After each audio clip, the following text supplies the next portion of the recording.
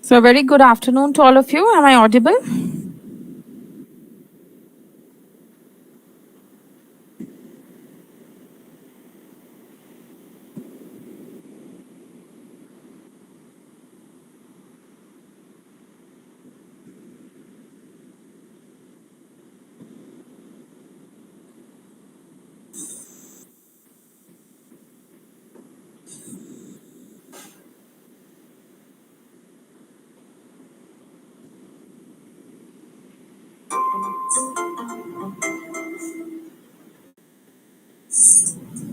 So, a very good afternoon to all of you. Am I audible?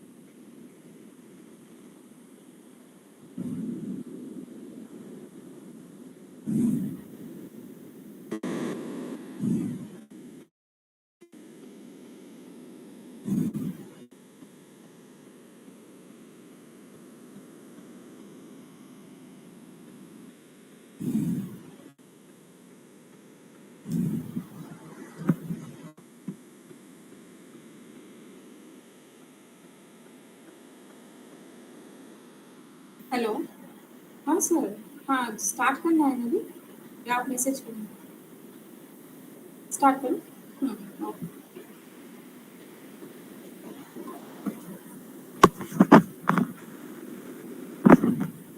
Yes, so a very good afternoon to all of you. Welcome back to lecture number 3 on the lecture series on the topic English in India, History, Evolution and Features.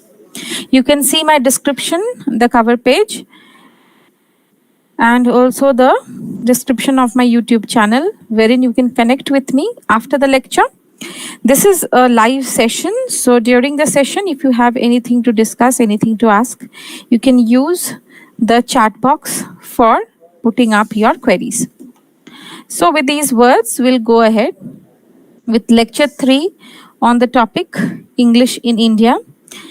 We have already covered the basic idea of how the study of English in India originated what were the different commissions which kind of made it possible to see the kind of status of English we see today, and how it has framed the future of English as well.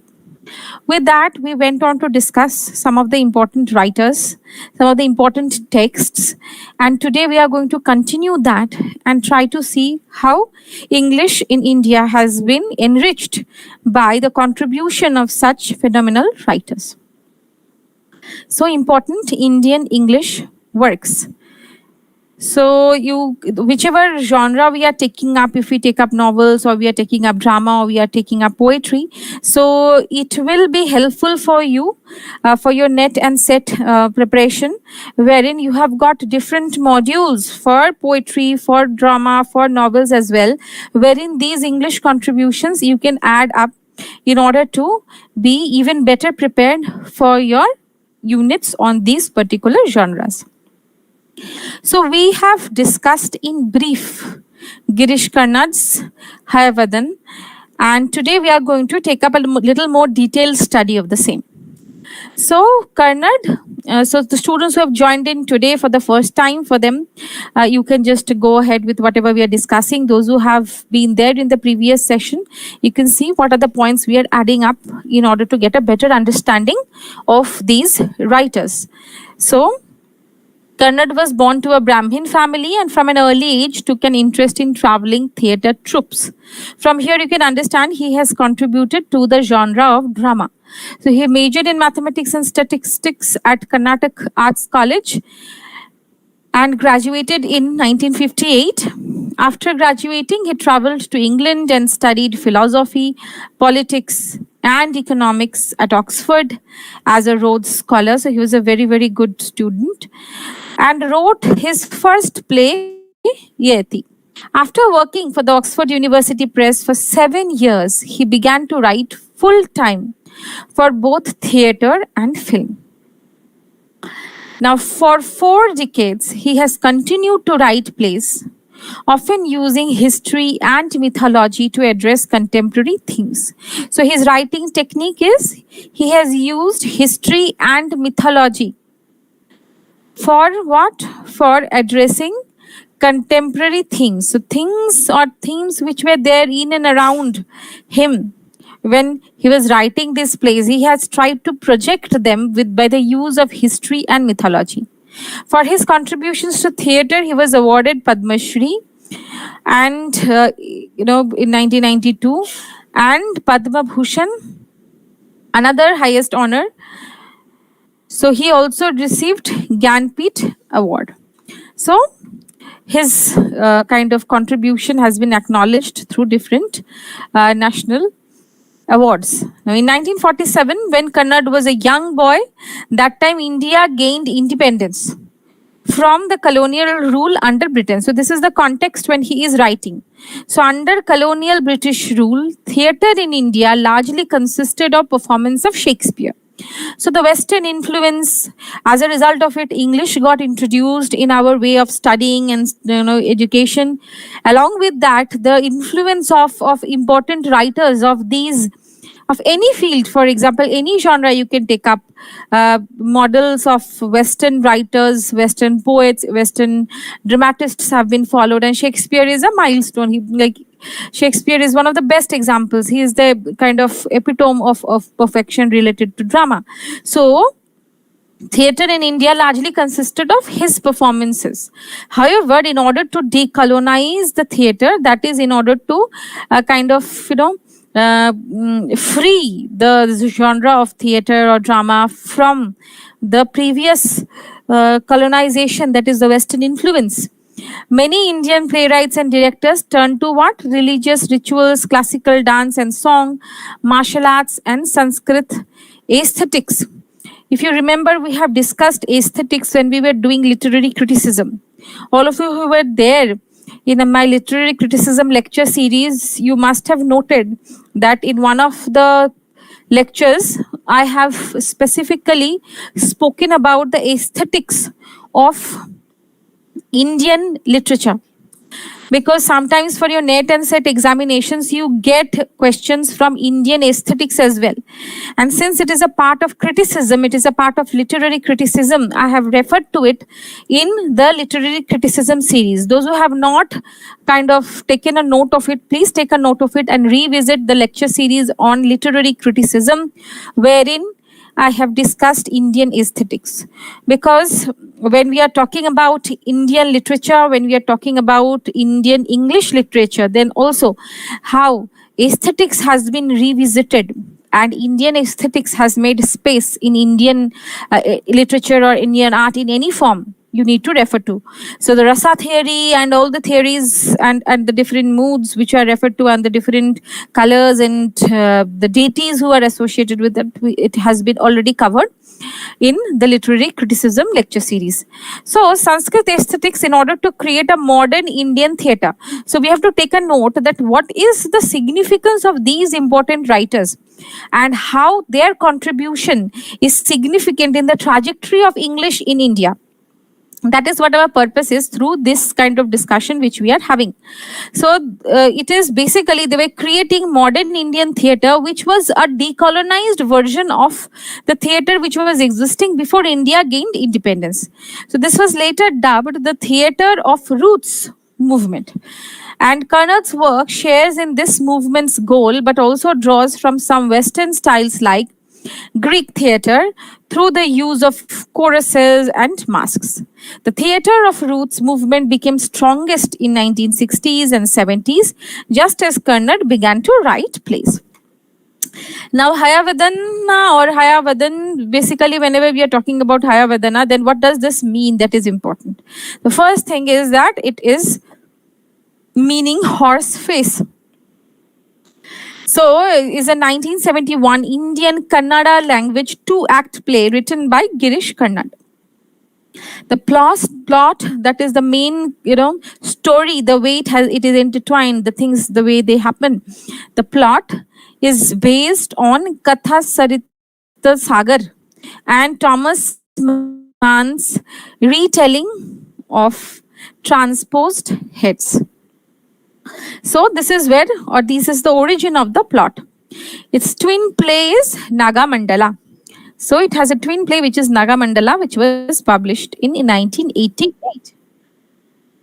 Now, Hayavadana is, it presents the story of two friends, that is Devdatta and Kapliya, and their love interest who is Padmini. So this is how the story revolves. So Karnad was inspired by Thomas Mann's, as we said, the transposed heads, which in turn was inspired by an 11th century Sanskrit text called Katha Sarit Sagara. So this is what is the origin of this particular play by Karnad.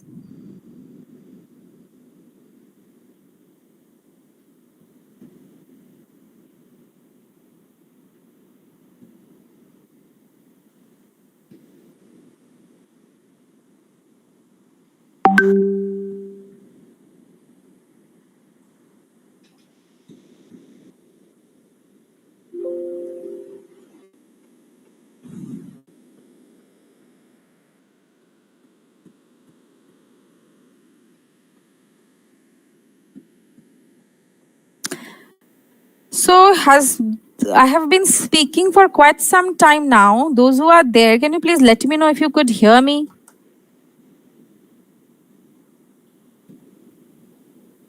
Because accordingly, I'll go ahead.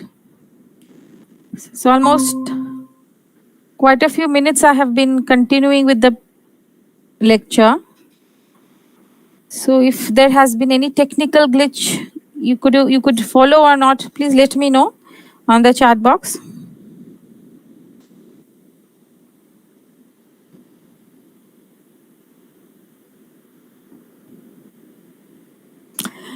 Okay, as per the data which I can see from the YouTube live session link, I think whatever I have taught, it has been recorded. So I will be continuing from what I was discussing.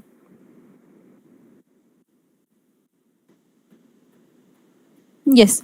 So as we were discussing that Kannada was inspired by Thomas Mann's The Transposed Heads, and which in turn was inspired by 11th century text called Katha Sarit Sagara, and also adopted the performative model of Yakshagana, the theatre from the region of Kannada where Kannada was born. So, the performative model of Yakshagana, which is the theatre from the region of Kannada where Kannada was born. So, we can see that he was highly influenced by the things which were happening around him, and he has projected these in his writing. So, Hayavadana was originally written in Kannada's second language, that is Kannada, and he translated it into English himself. So, who is the translator? He himself. It was originally published in Enact and came out in an edition by Oxford University Press, OUP, in 1975 in the new drama in India series. So, it came out in the new drama in India series. The play was players. So, Kannad said that the idea of my play Hayavadana started crystallizing in my head right in the middle of an argument with V.V. Karnath. So, with B.V. Karnath, when he was having an argument during that time, the idea of Hayavadana crystallized, that is, came into shape in his in his mind. So, about the meaning of masks in Indian theatre and theatre's relationship to music.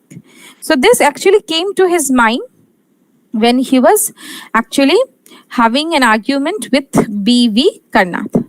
Now, Hayavadana won the Sangeet Natak Academy Award and Kamla Devi Award of the Bharatiya Natya Sangh for Best Indian Play. So it also won these awards. Now the play begins with a worship service or puja to the Lord or God Ganesha in hopes that the play will go well. So the Bhagavata or the worshipper of Ganesha introduces the characters. Now herein you can remember when we were discussing that the certain elements of the Greek play can also be found. The way the play was and the idea of chorus and how it works can also be seen here. So the Bhagavata or the worshipper of Ganesha introduces the characters. Now two friends. Who are the two friends? Two friends, Devdatta and Kapila. So two friends, Devdatta and Kapila, are the major figures in the play. So Devdatta and Kapila are the major figures in the play. So who are the major characters? Devdatta and Kapila. The first is a poet, and the second is the son of an iron smith. So Devdatta is known for his sensitivity, while Kapila is known for his physical strength. So you can see that certain characteristics or certain qualities have been attributed to both the characters of this play in order to bring in order to breathe life into them and in order to create distinct characters in the play. So as the Bhagavata is described, or rather is describing the man, he is interrupted by a horrified actor who runs on stage claiming to have seen a strange creature. So as the Bhagavata is describing the man, now who is Bhagavata? We see that this is the voice which is actually the character, the voice who is actually giving you an idea of what is happening in the play. So Bhagavata has already introduced the two characters, and now Bhagavata is describing the man. He is interrupted by a horrified actor who runs on stage claiming to have seen a strange creature. So they have seen a strange creature. The creature, Hayavadana, comes into the scene. So we see this is how Hayavadana is introduced to the audience. So Hayavadana has the body of a man and the head of a horse. It has the body of a man and the head of a horse, which proves to be real when the Bhagavata tries to pry the horse's head from the human body. So it is not that it is just a concocted or is imaginary. It is actually a man with the body and the head of a horse. So Hayavadana explains that his mother, a princess, fell in love with a horse. She lived with him for 15 years until her love broke his curse and he returned to his true form as a celestial being. So he became a celestial being. She decided not to accompany the being back to heaven and he cursed her and turning her into a horse. And she later gave birth to Hayavadana. So this is the context that how a man with a horse head was actually walking before the human beings. So this is the story that the mother actually fell in love with a horse, and then because of her love the curse was broken and he kind of returned to his true form as a celestial being because of that. However, when she decided not to accompany or not to go with him back to heaven, that time he cursed her, and as a curse, the mother turned into a horse. And then when the mother gave birth to Hayavadana, Hayavadana was actually born as a strange creature with the body of a man and head of a horse. So the Bhagavata tells Hayavadana to go to the temple of Kali and ask to become human. So the way which Hayavadana kind of gets before him is actually kind of told to him by Bhagavata. And according to him, he is told to go to the temple of Kali and ask for a wish. The wish would be that goddess Kali would transform him into a human being again. Listening to this, Hayavadana lives. So the story begins as Devdatta enters. He asks his friend Kapila to... Yes, hi, I can see Parth over there. So he asks his friend Kapila to find out the name and addresses of the woman that he loves. He tells him that he loves her so much that he would sacrifice his head and his arms to have her. Kapila finds the woman's home and knocks as soon as he sees Padmini. So this is the other important character, which is Padmini. He too falls in love with her. And he considers that the clever Padmini would be better off with a strong man like him as opposed to the soft poet Devdatta. Still, he tells Padmini about his friend and how Devdatta wishes to marry her. So Devdatta and Padmini marry, and Padmini is pregnant with their son 6 months later. The two are supposed to go on a trip to Ujjain with their friends Kapila, but Devdatta is hesitant as he believes that Padmini is attracted to his friend. Now, because of Devdatta's jealousy, Padmini decides to cancel the trip but changes her mind when Kapila arrives. Along the way, Padmini compliments Kapila and seems to be admiring his muscular body. The party passes a temple and Devdatta decides to make good on the promise he made before that. He would give up an arm and his head to have Padmini. Now he leaves the pair and cuts off his head. Kapila finds Devdatta and decides to cut off his head as well. Padmini finds her husband, his friend, headless and is just about to kill him herself when the goddess Kali intercedes. So,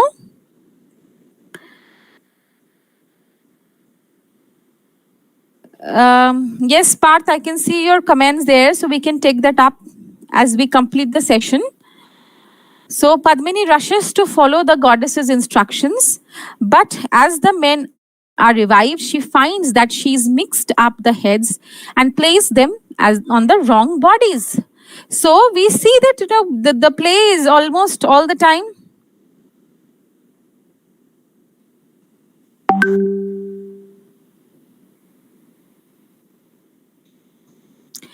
Yes, Parth, I've seen the comments. So as I said, I will be getting back to it as we complete the session.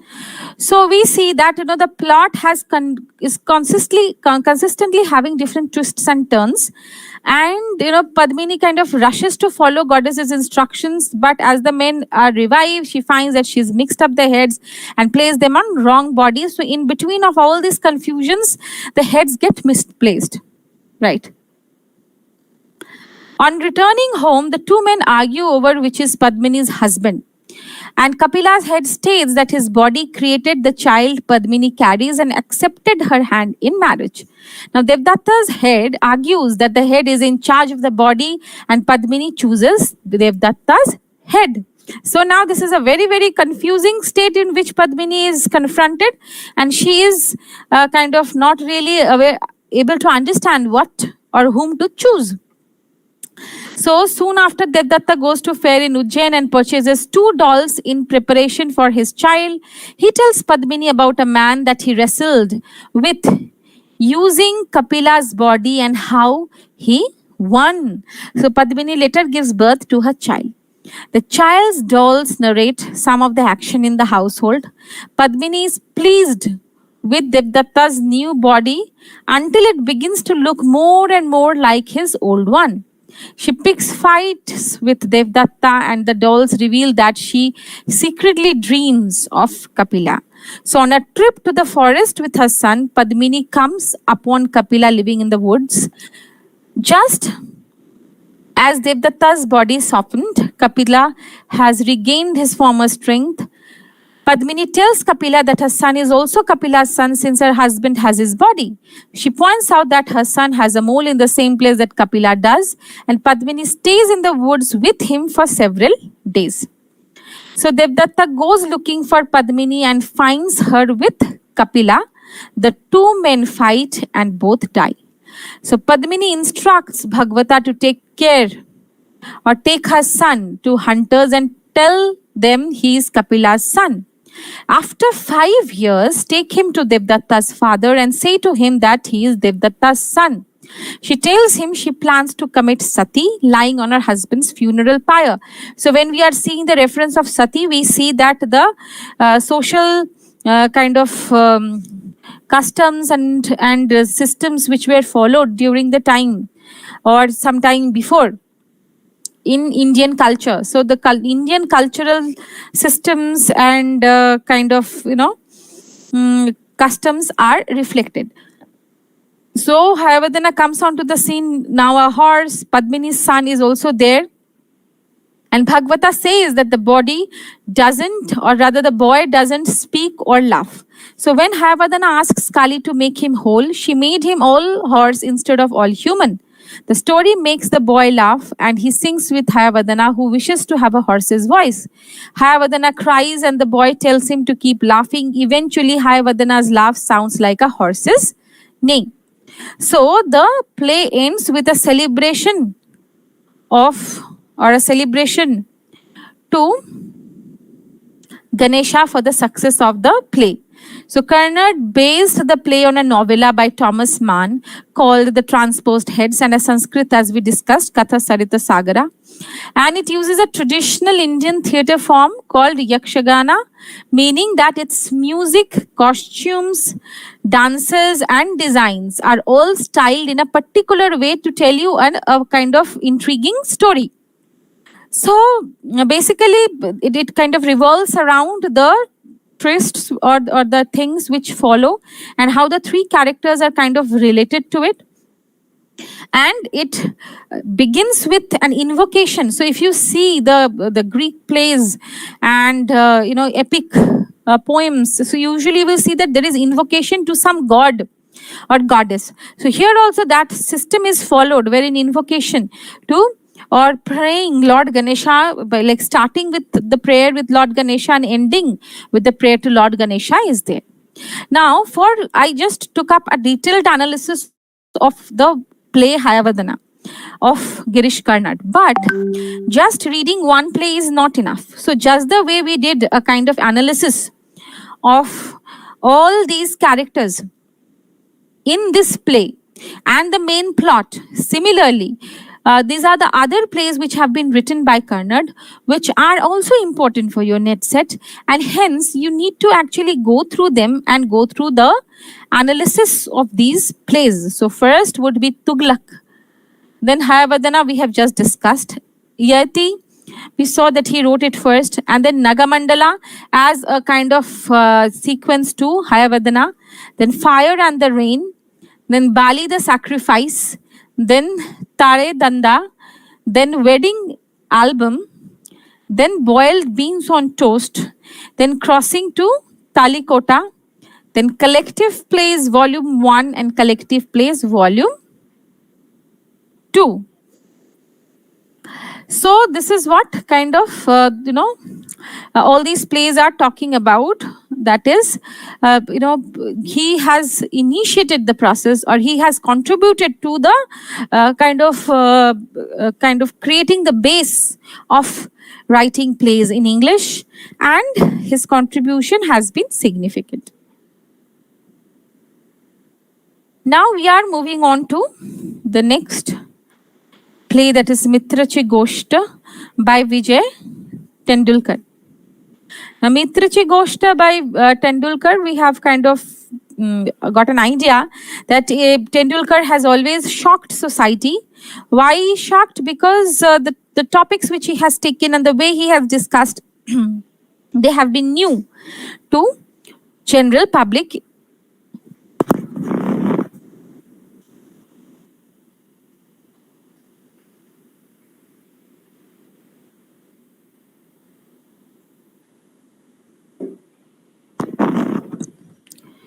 Because he has always taken up what kind of themes? Controversial themes. Themes which were always, or which are always ahead of its time. And stark commentary on current burning issue. So his works cover the strong ethical concern of exploring and critiquing the relations of power in their entire complex ramification. So his works cover the strong ethical concern of what? Of exploring and critiquing the relations of power in their entire complex ramifications. And if we translate Mitrachi Goshta, then it is translated as a friend story. So written on an experimental topic, it also criticizes this relation of power along with the complex struggle to achieve the dominant position. So the different power blocks keep on changing their strategies to achieve what they want. His works have generally awakened people of their long sleep. Long sleep is referring to their ignorance, the ignorant population, and kind of waking them up from their long sleep. So the publication of his Mitracha Goshta, a friend story, also brought a turning point in Indian theatres as they shocked the sensibility of the conventional audience by projecting the realities of life, human relationships, and existence. So, what does the play depict? What is there in the story? So the play depicted the tension between individual identity and social existence. So you will see that anything which is new and you are trying to introduce to the society, there will be a lot of problems related to that. Society is not there to accept anything very gladly. There will be hundreds of questions. There will be kind of mocking because of certain new things. However, those things only becomes a norm later on. For example, you take up education for women. You take up the LGBTQ and queer studies, which we have as a literary theory, module, as a literary theory unit.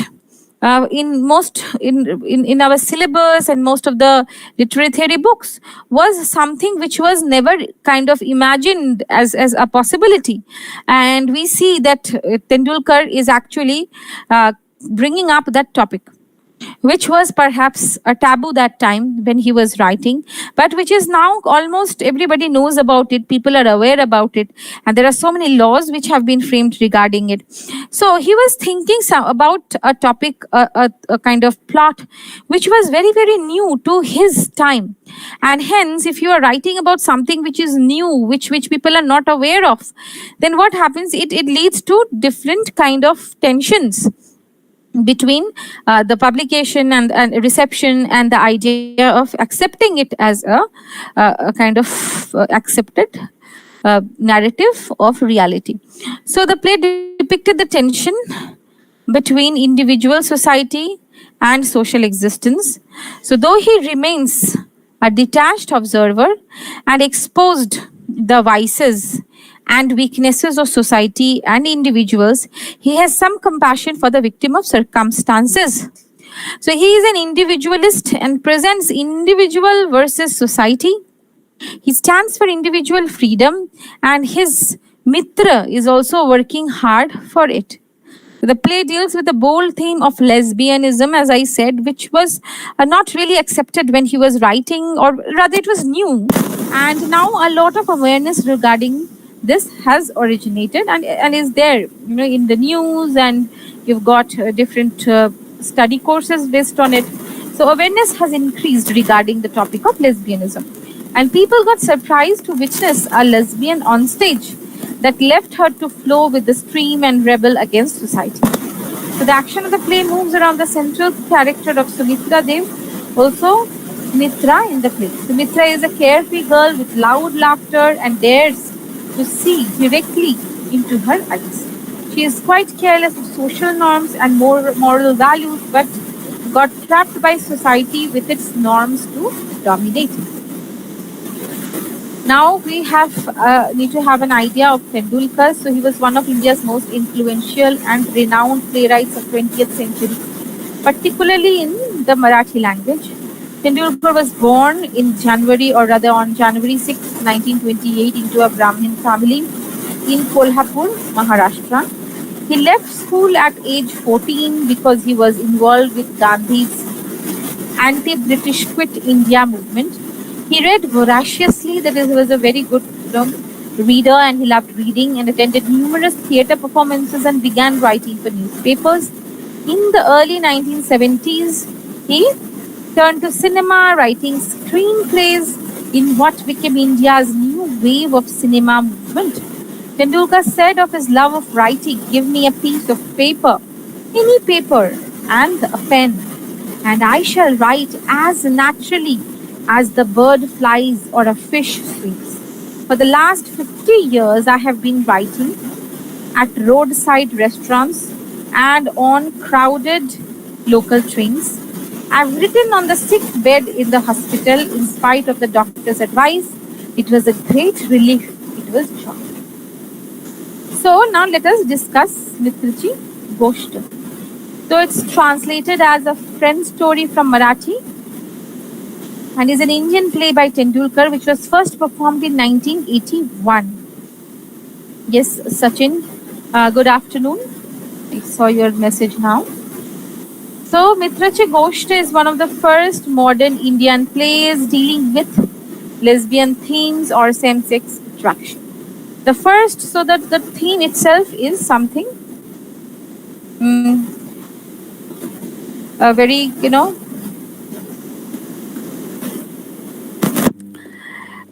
it's not something which has been taken up in Indian plays earlier in general, I would say, because there might be some references here and there, but an Indian play dealing with lesbian theme or same-sex attraction was definitely controversial, definitely something modern in respect to the traditional themes which were taken. So the very first version of the play in Marathi was published in 1982 by Nilkant Prakashan. The English version of this Marathi play, done by Gauri Ram Narayan,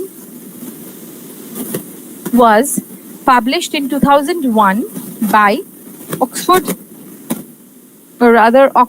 University Press, that is OUP. So Marathi stalwarts from the theatre space like Vinay Apte, Rohini Hatangari, Ujjwal Jog were cast in the first premiere in 1981. So it was enacted. Vijay Tendulkar's many other works include path-breaking and controversial themes like premarital sex, childbirth, prostitution, and others. So the topics by themselves are controversial. And then comes, its reception and the way it is received by the public. So Bapu, who wishes to know more about Sumitra, stumbles across her inner struggles and her sexuality. The love triangle is between Bapu, a shy boy, Sumitra, an independent girl, and Nama. So Sumitra has a secret that brings her down along with Nama, who is Sumitra's love interest. So we see the topic of lesbianism here. Right at the start, it seems like a regular college setup where there is budding friendship. So new friendship is happening between two college students, Bapu and Sumitra. So this is how we see that the play is introduced, or it starts. Now, as everything seems to go smoothly and you think that they will fall in love, we are introduced to the gorgeous Nama. And this is where the twist starts. So Sumitra's feelings are reciprocated, much to her surprise. Yes, Sachin, I can see your message. I'll give you the reference books list. It will be the last lecture as we do for each session. So we see that Bapu, because of his secret obsession with Sumitra, is hurt by all that is unfolding. The women face many obstacles but stay strong while sticking together and keeping their relationship going. Now, on the acceptability of the LGBT theme, actor-director Akash Khurana says, there has always been and will be a conservative section in society who won't appreciate the play. That bit about our society hasn't changed over the years. But the subject is spoken about more liberally now, and struggles of the LGBT community are relevant today. So he is saying that, whenever we come up with something new, it's not possible that everybody in the society will appreciate you for that. It is not possible that everybody will accept it. So, you have to learn to see that, okay, so this is what I want to do. And these many people have understood that. And I am happy with such or so many people, right? It's not possible that everybody at one go will accept what I want to tell to the people, wherein it's something new, something different. If you're telling the normal things, then also everybody will not accept. Forget about everybody accepting some kind of new concept or thing. So that is what we see that Tendulkar is saying, that there has always been and will be a conservative section in the society. The conservative section in the society are that section of the society who just like to cling back to the, traditional way as things have been. And there is need to evolve with the time. But that is missing in case of the conservative society. So the subject is spoken about more liberally now, and the struggles of the LGBT community are relevant today. And even now, you will see in the news somewhere down the line, there is always, just like we talk about the Black Lives Matter, or we are talking about different kind of liberations which are happening. LGBT community and their liberation is also something which kind of is also in the process. So, in a review by Hindustan Times, the reviewer wrote, Tendulkar weaved in complex characters and intricate, minute plot lines, and that broke the taboo on lesbian identities 3 decades ago. So we have to take a note of the time when it was written, wherein feminism only had not taken its kind of shape in Indian context. So forget about lesbian theme or lesbian identities getting any space. So he can be credited with the quality of breaking the taboo on lesbian identities, that too 3 decades ago. So play ahead of its time. It was intense, progressive, and highly controversial. And Rohini Hatangari, who played the lead in the theatre play, said in those days, Nobody talked, let alone put up a play on the subject. So forget about putting up a play on the subject. People even couldn't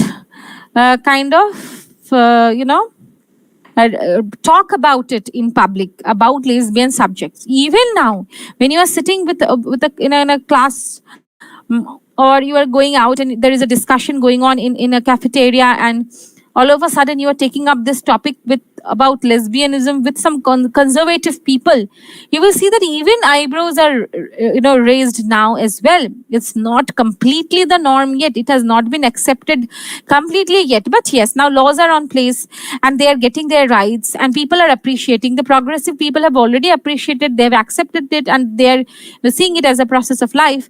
But appreciation from the side of the society which was not kind of interested in accepting it is still there.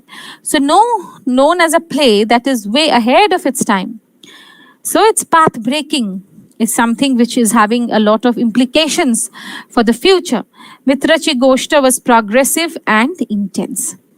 A Friend Story or Mitrachi Goshta was path-breaking when it came out and is still one of the best classic plays when it comes to queer-themed stage plays. So queer-themed literature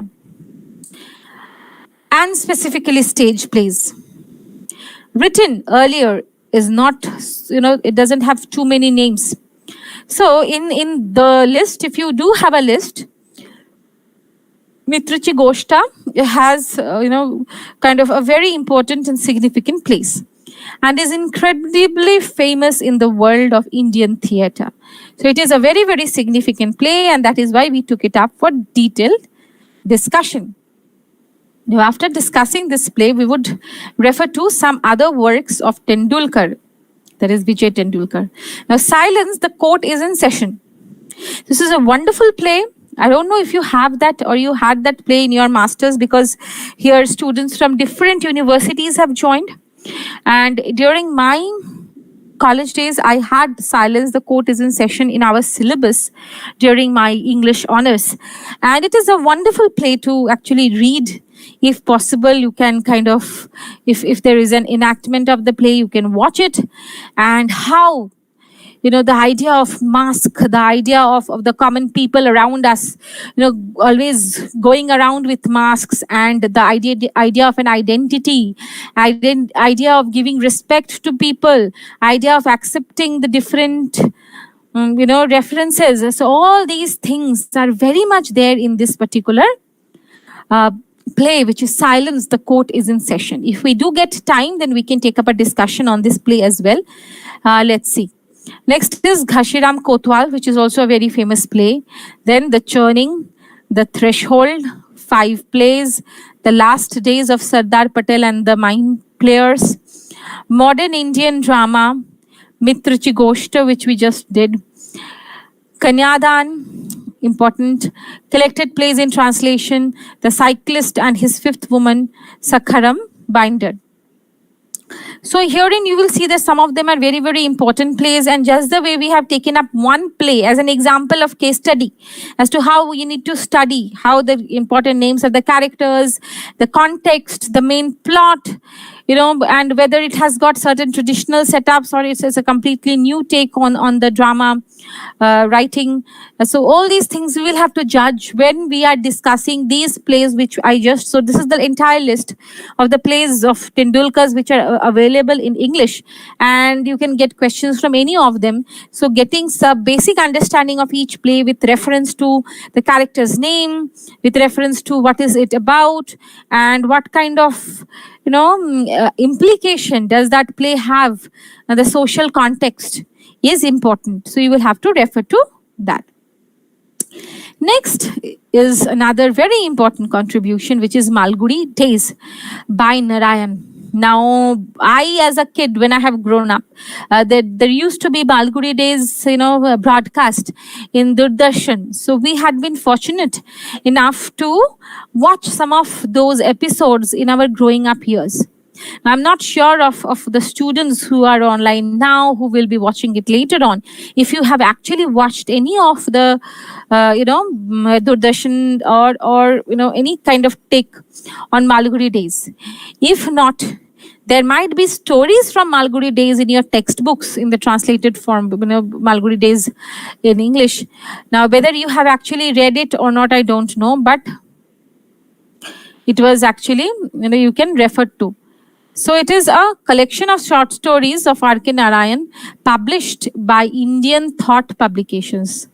The book was republished outside India in 1982 by Penguin Classics. The book includes 32 stories, all set in the fictional town of Malgudi. Now you have to remember that Malgudi is not a real town. It is a fictional town located in South India. So a fictional town is given a specific location located in South India. And it includes 32 stories. Now, each of the stories portrays a facet of life in Malgudi. The New York Times described the virtue of the book as everyone in the book seems to have a capacity for responding to the quality of his particular hour. It's an art we need to study and revive. So in 1986, a few of the stories in the book were included in the Malgudi Days television series and directed by actor and director Shankar Nag. In 2004, the project was revived with filmmaker Kavita Lankesh replacing late Shankar Nag as director. The new series was telecast from April 26, 2006 on Doordarshan. And then in 2014, Google commemorated Narayan's 108th birthday by featuring a Google Doodle showing him behind a copy of Malgudi Days. So whenever we are talking about Narayan, we cannot but refer to Malgudi Days. So how many of you have actually kind of read Malgudi Days or have watched any episode of Malgudi Days on TV? You can use the chat box to give me your answer.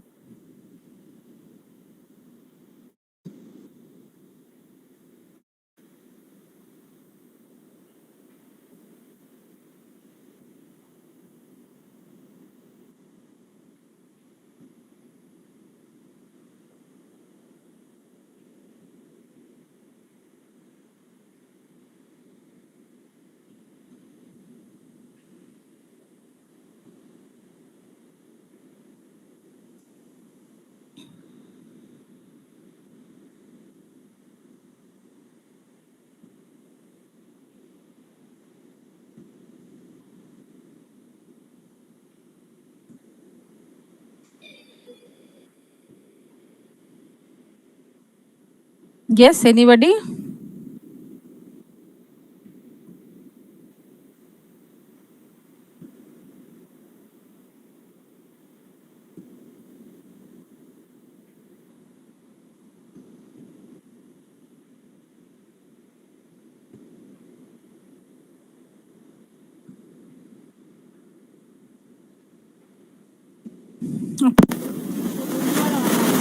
Watched Malgudi Days or you have read any of the stories of Malgudi Days, you can write yes in the chat box since we are live, so that I can get an idea of the fact whether you have seen it or not.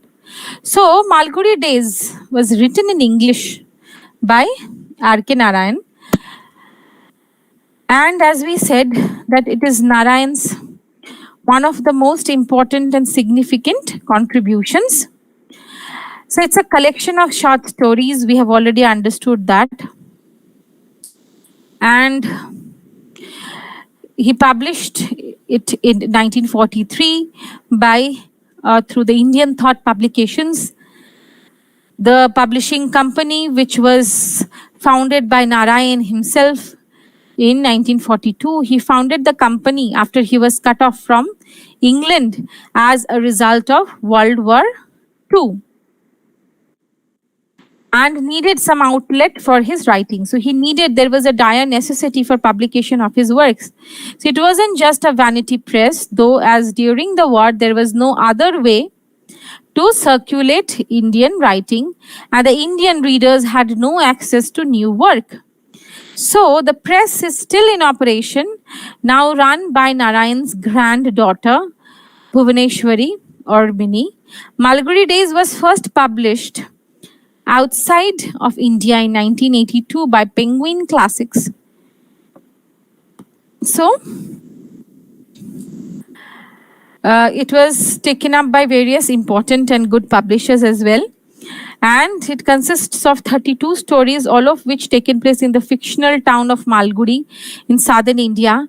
So when you read, you can actually read the English which Narayan uses, how he uses the language, what are his intricacies in order to bring about reality. So the place becomes alive. Though it's a place, a fictional town, it becomes alive. The way he captures the essence of life in South India through the depiction of it in a fictional novel, or rather fictional short stories, which gives you the kind of flavor of a life which is kind of, speaking about different important human values as well. So take place in the fictional town of Malgudi in southern India. Each story is meant to portray a different facet of life in Malgudi. The project has been adapted several times beginning in 1986, when a few stories were adapted and also called Malgudi Days, which was directed by Shankar Nag, and it was again kind of taken up by Lankesh, and the broadcaster was broadcasted on public service broadcaster founded by Government of India, which is Doordarshan. So many people have actually got the privilege of seeing the episodes of Malgudi Days. So if you talk about any other novel or any other play, then if you ask your parents or your elder brother or sister that have you watched it, do you have any idea of it, they will say no, I don't know. But if you talk about Malgudi Days, then in most of the times somebody or the other has actually watched it. So it's not very, very unknown because of the way it was broadcasted, it was kind of directed, and the way beautifully Narayan writes it, his fluid, his English, and his representation. So all these things are important. So an astrologer's day, one of the stories, features an astrologer who knows absolutely nothing about stars or astrology. Now, he never wanted the job, but he was impoverished and he couldn't turn down the job. So many a times in our life, we do not want certain kinds of job. But what happens, life doesn't give you an option, wherein you don't have any option and you have to accept whatever is given to you.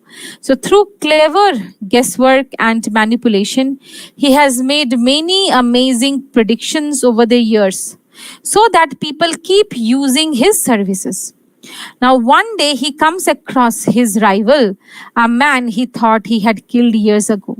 He disguises himself as the astrologer and fools his rival, effecting a narrow escape. So, through guesswork and manipulation, he made many amazing predictions over the years so that people keep using his services. Now, one day he comes across his rival, a man he thought he had killed years ago. He distinguishes himself as the astrologer and fools his rival, affecting a narrow escape. Next story is the story of the missing mail. Thanappa is a kind postman who has a pleasant relationship with each of his customers, especially Ramanujan. Ramanujam is a senior clerk in the revenue department office. Ramanujam's daughter is finally set to be married after many ups and downs. Now, Thanappa decides not to deliver a letter to Ramanujam, which tells him about his uncle's death, in hopes that it will not disrupt the much anticipated marriage ceremony. The doctor's world tells the story of Dr. Raman, who believes good words can save, or rather, good words cannot save lives. So when his friend or best friend suddenly falls seriously ill, he finds himself questioning his beliefs and finally says good words in order to save his friend's life. He does this even though he knows there is no hope for his friend's recovery. At the end of the story, though, his friend recovers. It is a medical miracle. Even Raman is stunned. He is shocked. Then in Gateman's Gift, we meet Govind Singh, who has been a gatekeeper and security guard for his entire life. When he finally retires, he picks up the hobby of working with sawdust and clay to make miniatures. So you see that the stories are about the normal day-to-day life of different, people, or rather, people belonging to different kind of job roles, and what happens to their life, day-to-day things, day-to-day belongings, and the beauty which is hidden in the normal and day-to-day things. That is what Narayan highlights. The Bling Dog depicts a blind beggar who catches a dog to help him navigate the city. He tortures and mistreats the dog, but the dog still returns to him after running away one day. So, the blind dog depicts a blind beggar who catches a dog to help him navigate the city. He tortures and mistreats the dog, but the dog still returns to him after running away one day. In Fellow Feeling, Rajamayar is a Tamil Brahmin who is traveling by train and gets into a fight with another passenger. While in The Tiger's Claw, the talkative man, a recurring character in other stories, has a fight with a tiger.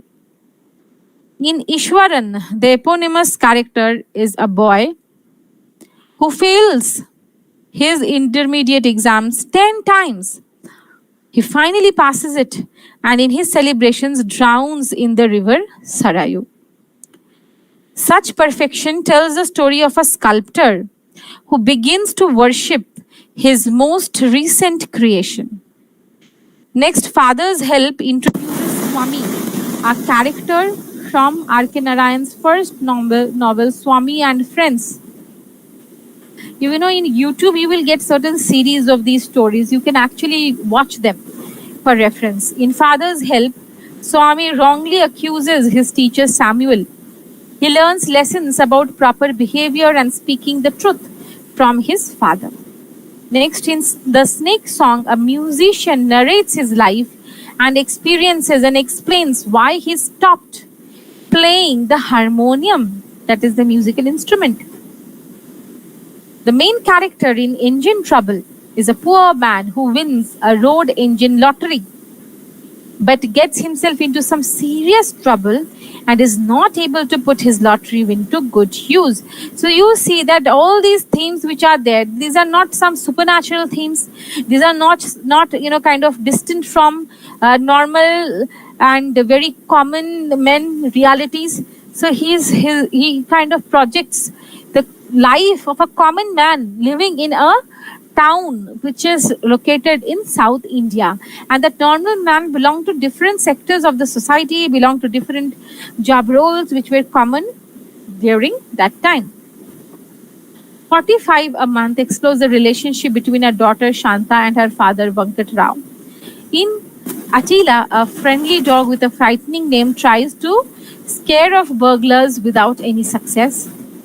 Leela's friend tells the story of a 5-year-old girl named Leela and her servant named Siddha. So Siddha has a special ability to communicate with children. One day, Siddha is arrested for the suspected theft of Leela's gold chain, but Leela's mother later finds it in a cooking pot. So how, there are different things which happen in and around us, how we suspect people, and then there might be some other things which have happened. So how human mind works, what are the different basic emotions. So he appeals, kind of appeals to images and these ideas. So other short stories collected in Malgudi Days include Out of Business, The Axe, Lolly Road, Trial of the Green Blazer, The Martyr's Corner, Wife's Holiday, A Shadow, A Willing Slave, Mother and Son, Naga, Selvi, Second Opinion, Cat Within, The Edge, Cord and Cobbler, Hungry Child, Immigrant. So there are different other stories which you can also refer to, having a basic idea of what do they talk about. So, Malgudi Days is a masterpiece of Rashipuram Krishna Swami Iyer Narayan Swami, that is R.K. Narayan.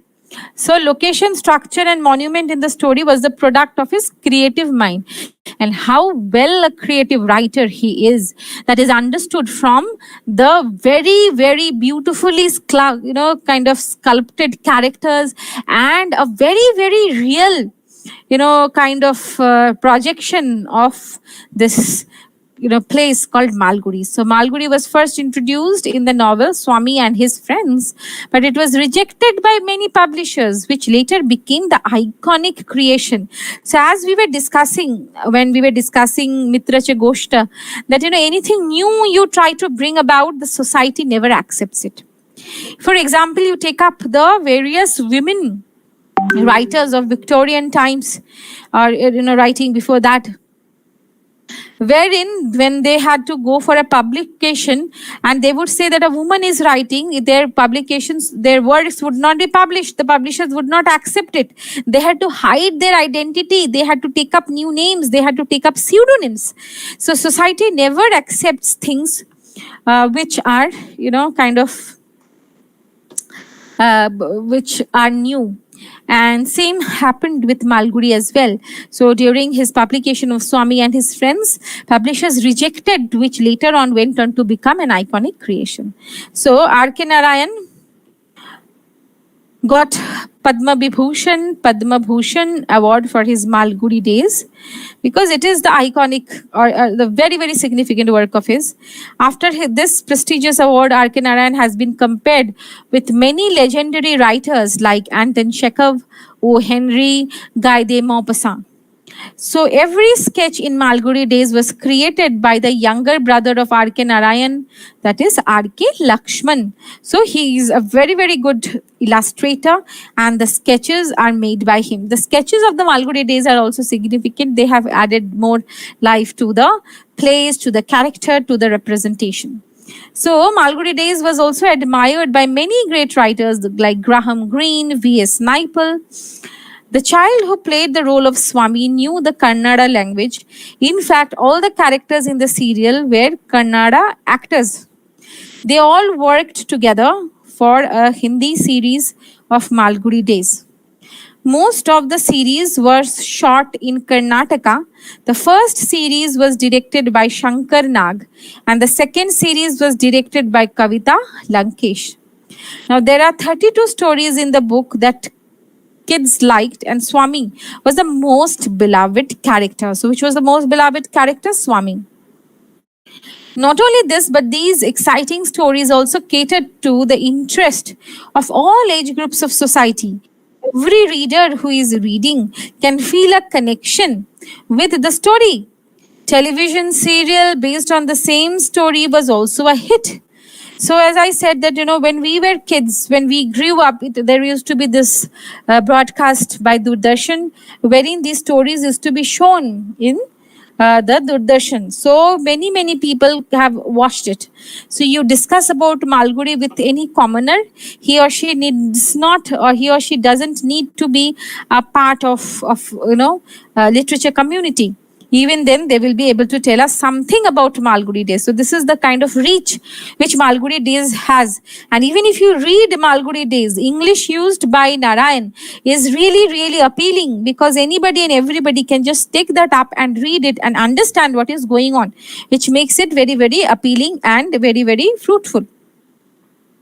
The next topic which we are going to take up is Kanthapura by Raja Ram. So, Kanthapura is the most prolific and idealistic novel written by Raja Rao. So, Rao wrote this novel while in France, which is typically miles away from his homeland, India. So, he was actually living a diasporic life, and when he was away from his motherland, he wrote this novel. The prime purpose of this novel is to give an account of Gandhi's fight for freedom starting the year 1919 to 1930.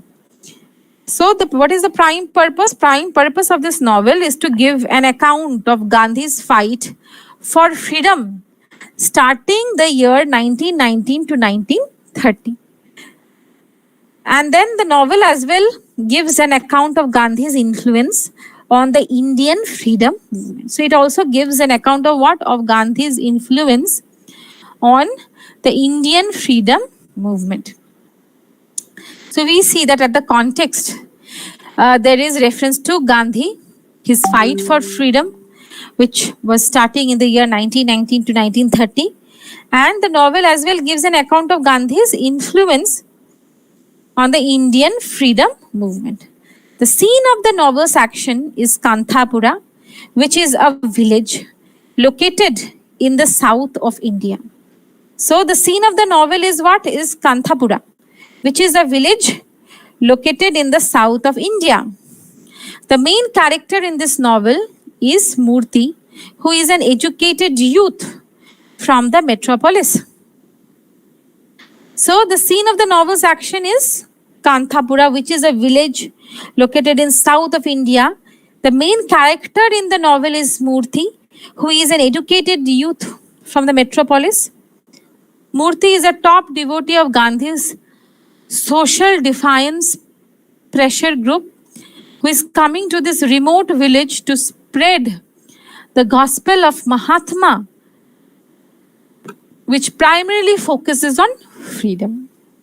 So we have to remember that the main purpose or the main idea which is given here is about the spreading the idea of Mahatma or Gandhi. So he moves from one house to the other to preach the significance of Gandhi's struggle for freedom.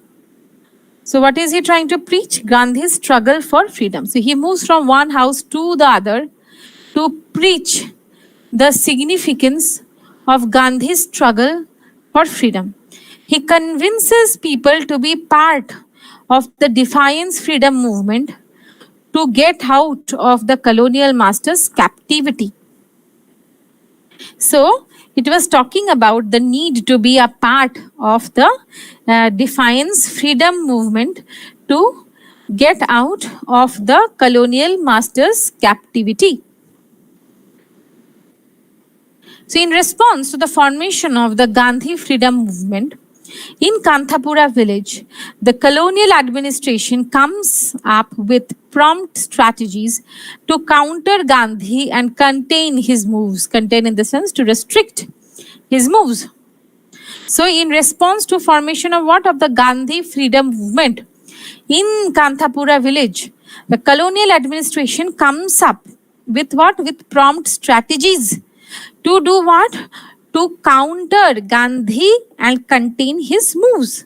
So the government posts Khan, the police officer, to Kanthapura village to contain the situation or to take in control the situation. Bhatta actively assists the police officer by enlisting the most influential people from the city who are misleading the ignorant people of the Kanthapura village. Now, among the people enlisted are powerful religious leaders and Murthy. So Bhatta promises to teach any person misleading the village people a hard lesson.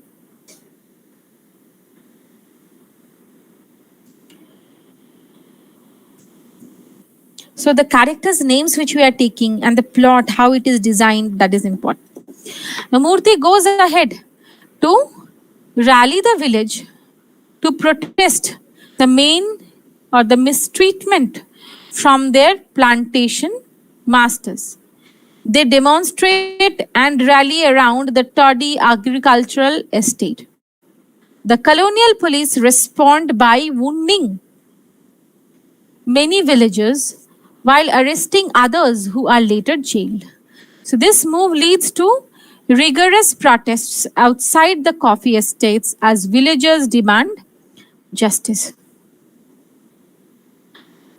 This time, the colonial government responds more ruthlessly than the first time. The police do not spare the old, children and women during the picketing. So they become more and more harsh. Now the villagers working in the Skeffington coffee farm get angry when they see their fellow villagers being tormented by the government. They decide to join the protest, and the situation becomes worse for the government. So they decide to do what? They decide to join the protest, and the situation becomes worse for the government because the manpower increases who were going on against them. As a result, Murthy is detained and decreed to a long-term jail term. Now, Ratna remains and takes charge of the Congress to continue Gandhi's struggle for freedom. She organizes and trains many young women to be front runners in the fight for freedom. The freedom fighters under Gandhi's movement launched a campaign influencing. So what kind of campaign? A campaign which was influencing something. What was it influencing? Influencing their followers not to pay taxes and land revenues to the red man's government.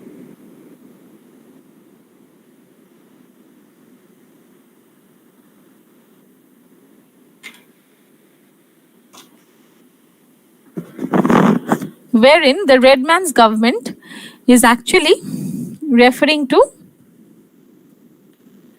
what? Is referring to the Britishers. The freedom fighters educate their followers on the significance of remaining non-violent despite the government's move to destroy their farms and properties. The government responds by brutally shooting the protesters and wounding thousands. The merciless shootings make the protesters start responding violently, and the situation becomes worse.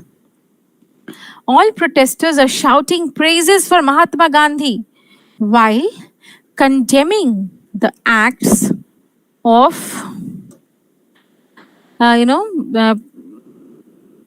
acts of what? Praises Mahatma Gandhi while condemning, that is kind of criticizing the acts of the red man's government, that is of the Britishers.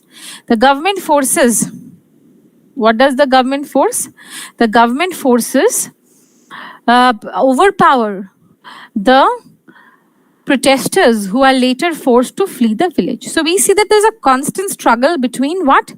Between the government forces, the red man's government, and the normal people who are living there. So the government forces overpower the protesters who are later forced to flee the village.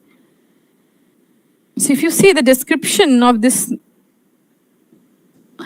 novel, you see that it is the finest novel to come out of India in recent years, written by E.M. Foster. So despite being defeated by the government, the villagers have demonstrated their bravery. So although they are defeated by the government, because the government had more force, they had power, they had munitions, they had the power of money. The normal people, they didn't have all these powers. But even then, the villagers have demonstrated their bravery. That is, they had the power, they had the courage, they had the will and the grit to kind of stand up against this mighty red man's government, which was perhaps never, people couldn't even think that this is possible. So seeing those people there was standing up and fighting for their rights in itself was a revolution, and it demonstrated their bravery. They flee, that is, they run away, they flee the village to unknown places where they find shelter. The villagers' actions through the freedom movement shake the British government, which is later forced to withdraw their rule from India in the year 1947. This paves the way for the Kantapura people under the leadership of Gandhi to walk towards self rule. This is very important. So, this paves the way, that is, this makes way, this shows them the way for what? For the Kantapura people under the leadership of Gandhi to walk towards self rule. So they were standing up against the government which was ruling them, and hence they were making or paving way towards the self rule. So let us see the characters. Murti is a young Brahmin, high social caste in India. So this is how you have to actually prepare for each character which is there in the different novels which you take up, different plays which you take up. And you have to also kind of make a study of the context of the place which is depicted, how it is depicted, which part of the country it is referring to, whether it's fictional, whether it's real. For example, you can even see the cover page of this novel, wherein you can see these trees over here and the village houses and a bullock cart, wherein some people or things over here. So a complete picture of the village of South India. So you have to remember that it's South India which is referred to. So Murti is a young Brahmin, high social caste in India, who has returned to his village Kantapura. Name of the village is Kantapura. He is heavily inspired by Mahatma Gandhi's nationalist movement to liberate India. So he is inspired by what? Inspired by Mahatma Gandhi's nationalist movement to liberate India. He is showered with love and respect by the people of Kantapura who decide to follow him unflinchingly. That is, without any doubt, they thought of following him. In the novel, he is referred to as the small mountain, while Mahatma Gandhi is the big mountain. So, who is referred to as the small mountain? It is Murti. And who is the big mountain? Mahatma Gandhi. He manages to establish the Congress party in adherence to Gandhian values in Kantapura, right? Next is Bhatta. Bhatta is the chief priest of Kantapura. He exploits, that is, takes advantage of whom? Of the villagers, and has nothing to do with the Gandhian philosophy. So he doesn't believe in Gandhian philosophy, nor does he practice it. He goes on to oppose Murti in establishing the Congress party. So Bhatta is an indirect agent of the British government. So he is an indirect agent of what? Of the British government.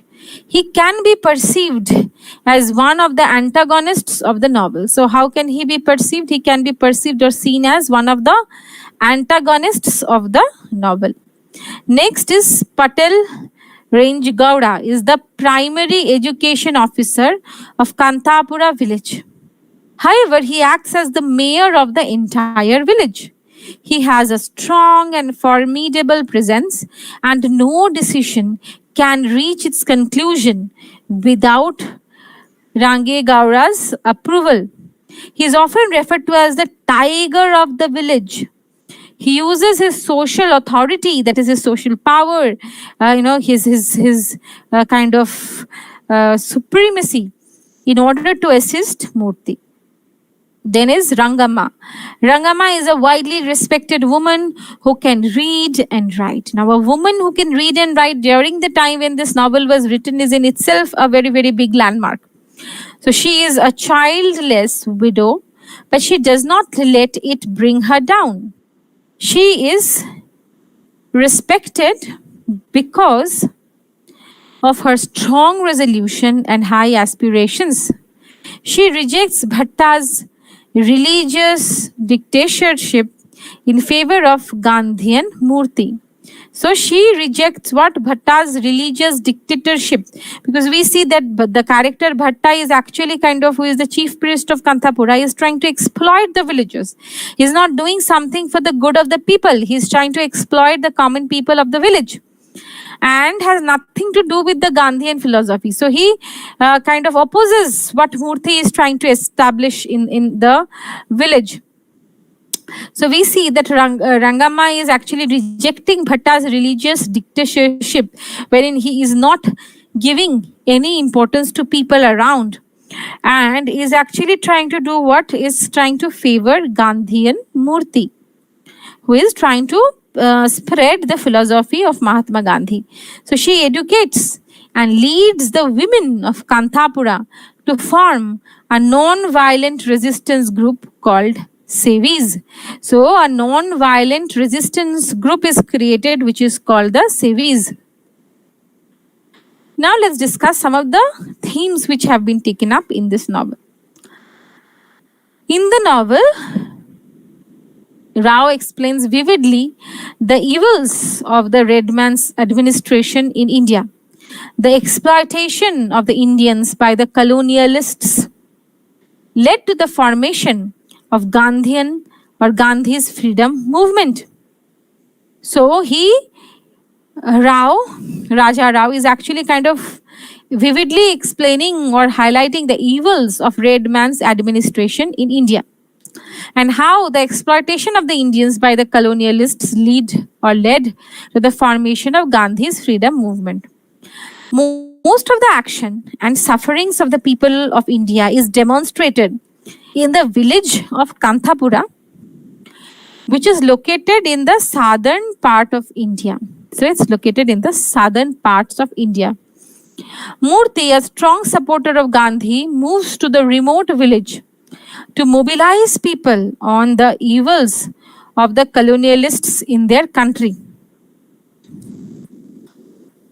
Murthy forms a congress which later forms a large following of villagers against the red man's administration. Now, when villagers demonstrate against the oppression of their masters in the coffee plantations, the government sends its police officers to terrorize the protesters. Right? Many people are killed and wounded in the protests.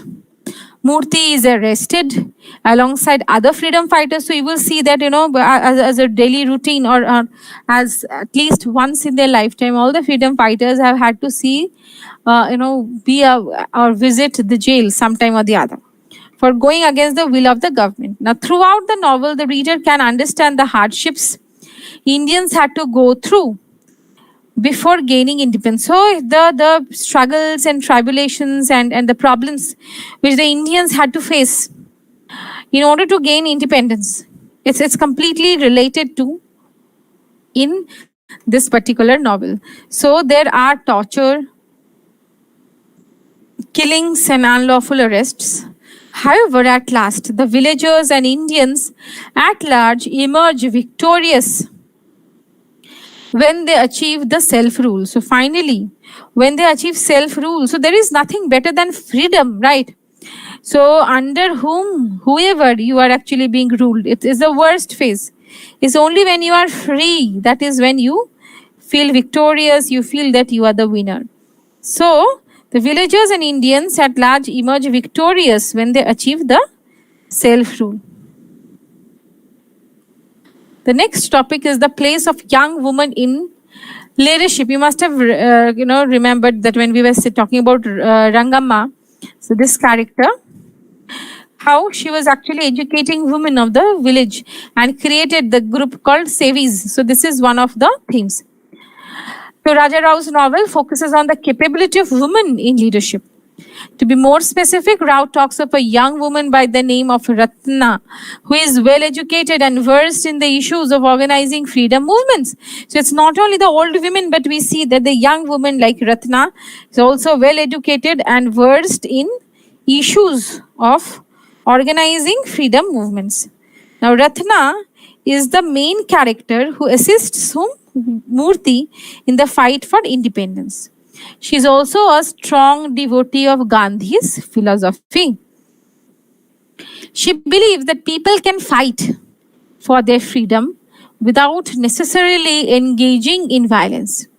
When Murthy is arrested and imprisoned for an unknown period, Ratna takes the leadership of Congress, and this is a huge step A lady, a woman taking up the role of a leader of the entire Congress is something phenomenal for Raja Rao to think of. And he actually thinks and writes about it. Next, she takes the lead role of training other women to be leaders of the freedom movement. Therefore, the novel vividly describes the place of women in the fight against the red man's government oppression in India. So, therefore, the novel does what? Vividly describes the place of women in the fight against the red man's government oppression in India. Then the topic of education as a powerful tool to fight colonialism. So you see that just the way it is the women who are kind of taking up this role, it is also significant that all these women are actually educated women. So the significance of education and the idea of education is very, very important, and it is highlighted here. How, with education, your power of thinking, your rationality, your decision making power, and your realization of your value in that particular place where you are living, in the society, in the country as such. So, largely, the colonialists took advantage of the ignorance of the Indians to rule them.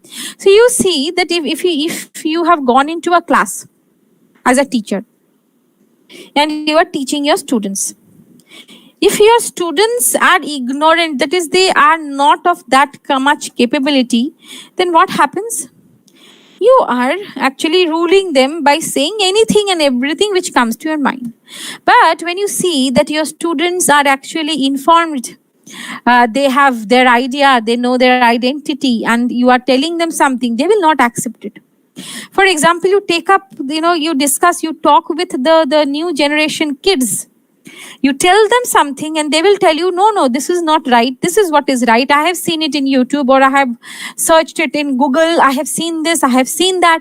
So now you will see that once they are not ignorant, it's difficult to tell them that, no, you have to do this in this way. They will question you, cross-question you, and it is very, very difficult to control these small kids who are perhaps technologically more sound than us, and kind of are completely next generation products, which is very difficult to deal with. So you see that, if somebody is ignorant, somebody doesn't know anything about it, then it is very easy to rule them or to tell them or to dictate them.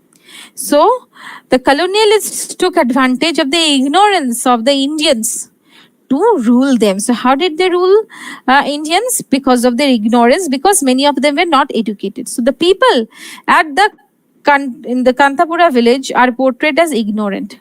However, when Murthy moves into the village, things take a drastic turn. So Murthy is an educated youth. So we have to take in mind or take a note of the fact that Murthy is what kind of a youth? Murthy from the metropolis who understands how the evils of the red man's administration can be fought. He educates the villagers on the evils of colonialists moving from one house to the other. So you will see that when government introduced, there are people who hope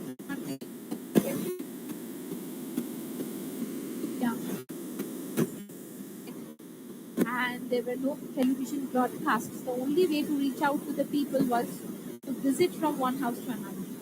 Even now, if there is a new kind of, some advertisement is there, a new something is introduced in the market, you will see that there are spokesmen for that who reach out to people, tell them, educate them about that particular thing.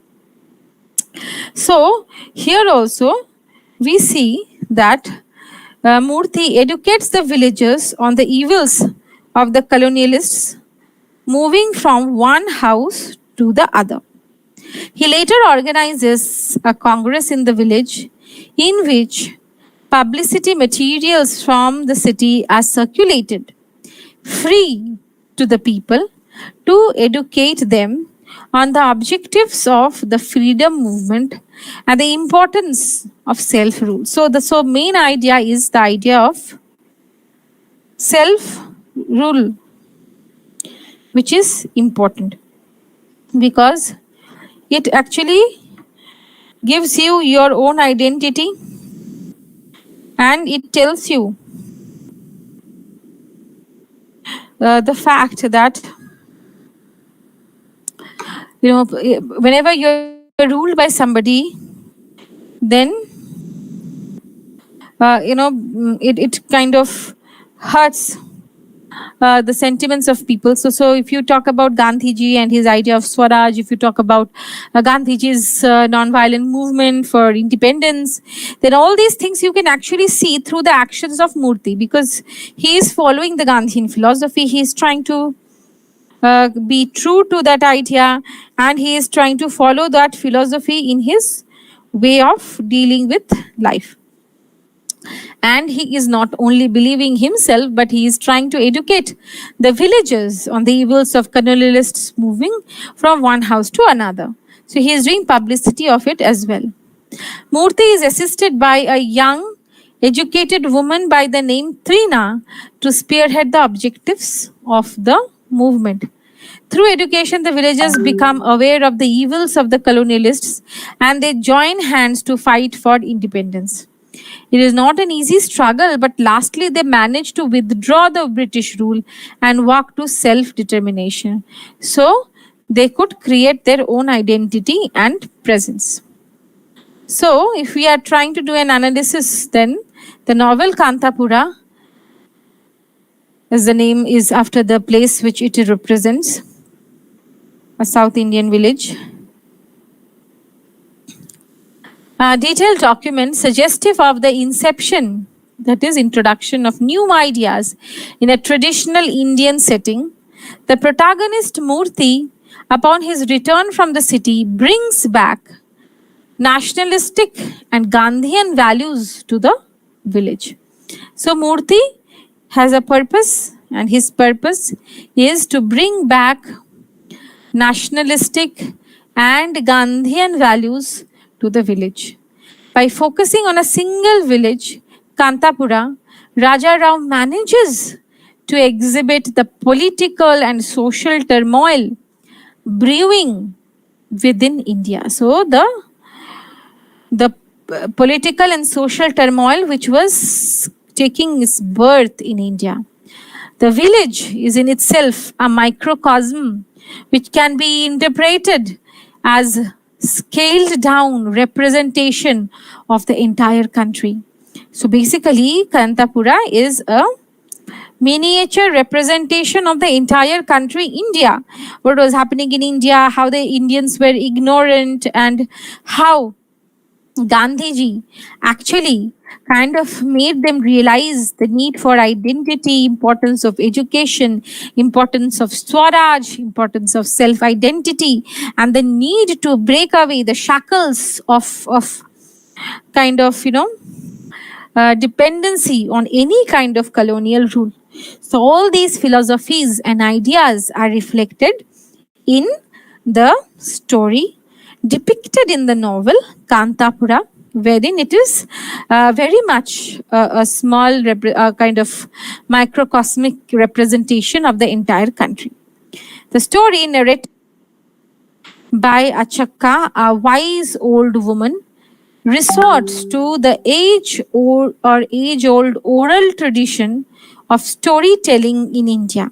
So, the story, which is narrated by Achakka, a wise old woman, resorts to the age-old oral tradition of storytelling. So, oral tradition of storytelling is, so you will see that your grandmothers and their grandmothers, they have handed down different stories which they have heard from their grandparents, from their parents.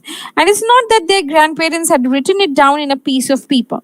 Rather, it is basically it has been handed down for ages, from one generation to another. So that is how the age-old tradition of storytelling. So it kind of resorts to this particular tradition, and it feels as if all the events of the novel were narrated to the reader in a single setting. So the traditions were narrated in a single setting.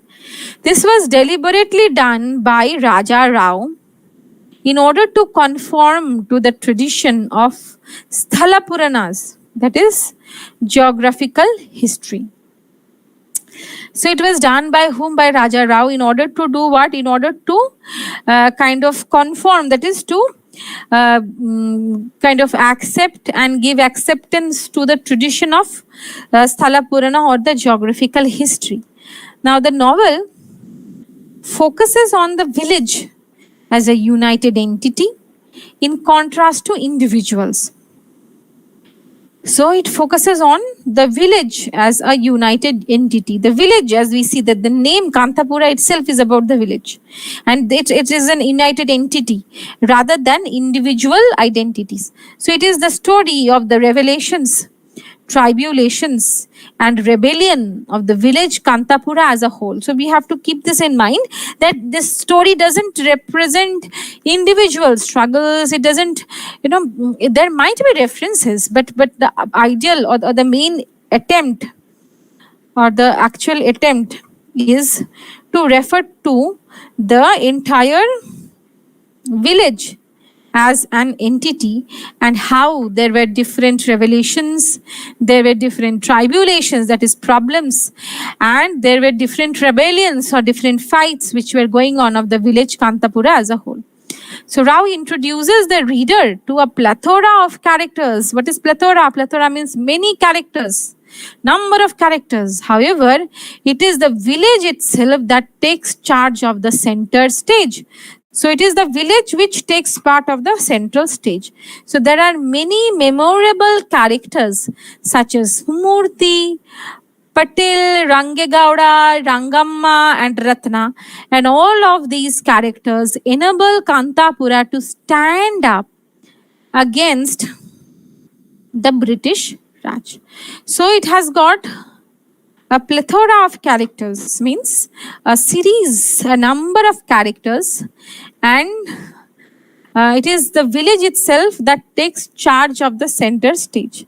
So the village takes charge of the center stage. So there are many memorable characters such as Murthy, Patil, Rangegowda, Rangamma, and Ratna, and all of these characters enable Kantapura to stand up against the British Raj. So, if you talk about a sea, if you talk about an ocean, then it is consisted of drops of water. It is the different drops of water which makes that whole entity, that whole identity, that whole, structure. So, if you are talking about Kantapura and Kantapura's rebellion against the Britishers, then definitely it is because of the important characters in that story, in that particular novel, who have played an important role in standing up against the British Raj. And if we have to name them, then the important characters which we have already discussed, you can refer to them. That is Murthy, Patil, Rangegowda, Rangamma, and Ratna. Kantapura also be referred to as Gandhian novel. Why? Because Gandhian philosophy is very much there. It's based on that philosophy and projection of these ideas and its moral implications. So, the morality of the novel has been borrowed from the philosophy of Mahatma Gandhi. Kantapura is an immaculate blend of fiction, history, and philosophy. Why fiction? because there are various fictional elements, there are various imaginary elements which are there. Why history? Because certain historical things which were going on in India during its freedom struggle have been represented. Why philosophy? Because Gandhian philosophy, Mahatma Gandhi's philosophy finds a lot of space in this particular novel and is projected profusely, and thus it's one of the most celebrated novels of Indian literature. So which is one of the most celebrated novels of Indian literature? It is Kantapura. In the preface of his classic Kantapura, first published in 1938, Raja Rao writes, "We cannot write like the English, and we should not." So you have to take a note of this quotation in order to understand the significance of these works which we are discussing in the trajectory of English in India. Its implications and its importance can be highlighted through these words of the important writers. So we cannot write like the English, we should not. We cannot write only as Indians. Our method of expression has to be a dialect which will someday prove to be as distinctive and colorful as the Irish and the American. Time alone will justify it. So the lines are very significant, and you need to understand the implications of these lines to get an understanding of how English developed in the process of in the process of highlighting, or in the process of becoming one of the important languages of the country. So Kantapuram is a fictional village like Malgudi by R.K. Narayan, situated on the Western Ghats in the province Kara. There is a kind of strategy here, strategically created in view of the author's Gandhian loyalties. Kantapura permeates the fragrance of love, affection, mutual cooperation, and a sense of the true spirit of the freedom struggle, eventually in the course of the novel's progress.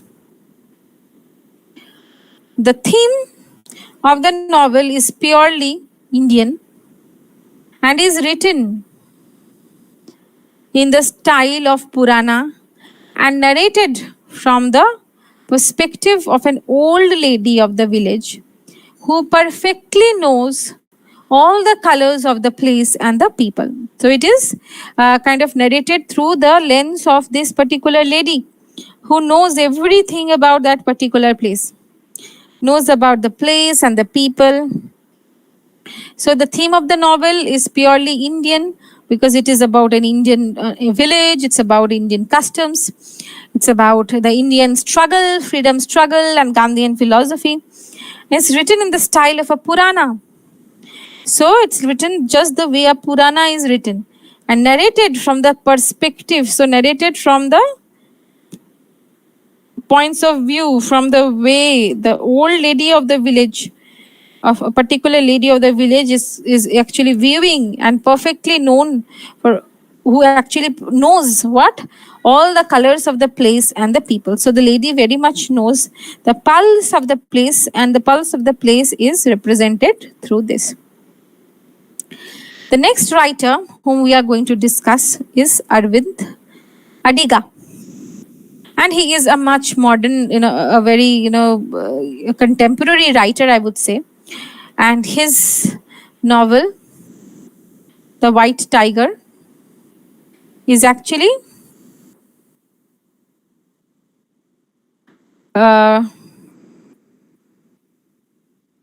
read by many. So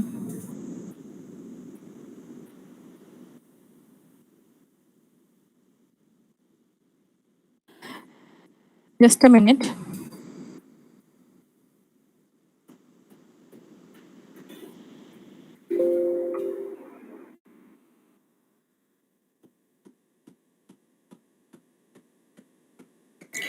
So I'm just sharing my screen once again.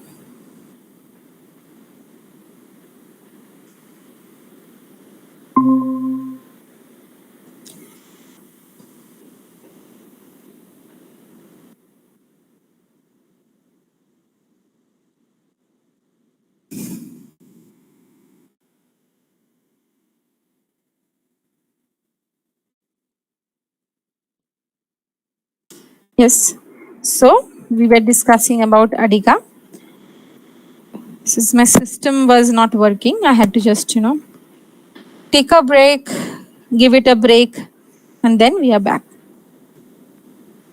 So as I was saying, Arvind Adiga is a contemporary writer, and many of you must have read his novels.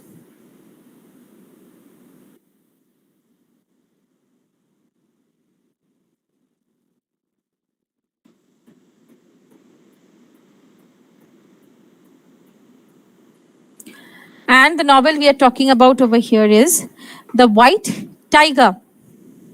So, The White Tiger is a novel by Indian author Aravind Adiga. So, what is the name? The name is Aravind Adiga. It was published in 2008 and won the 40th Booker Prize the same year. So,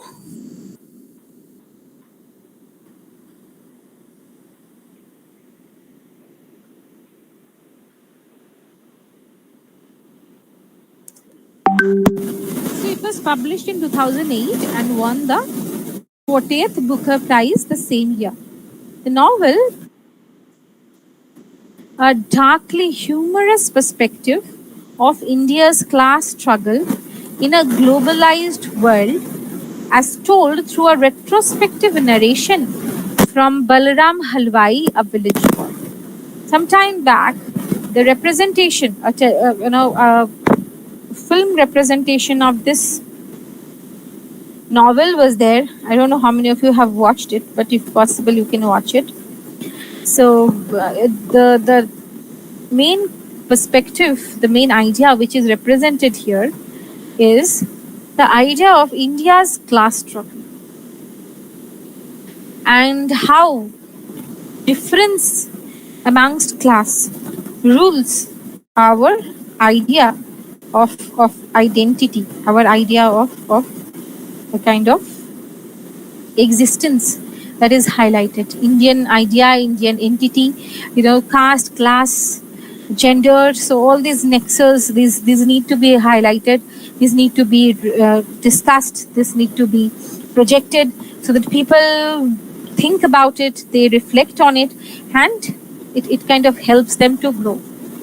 So the novel provides a darkly humorous perspective of India's class struggle in a globalized world. The word globalized is important because it's talking about the picture of the world in a globalized way. So the novel examines issues of the Hindu religion, caste, loyalty, corruption, and poverty in India. So the novel examines what kind of issues? Issues of Hindu religion.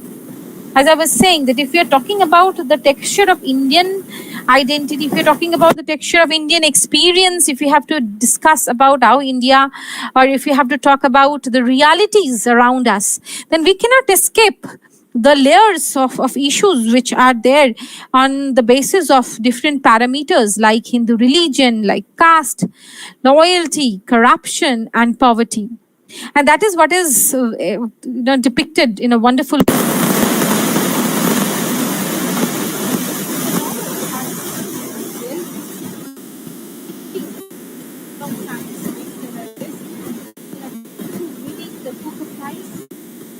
very famous novel, and you can see it of the bookstores everywhere you go. It is one of right.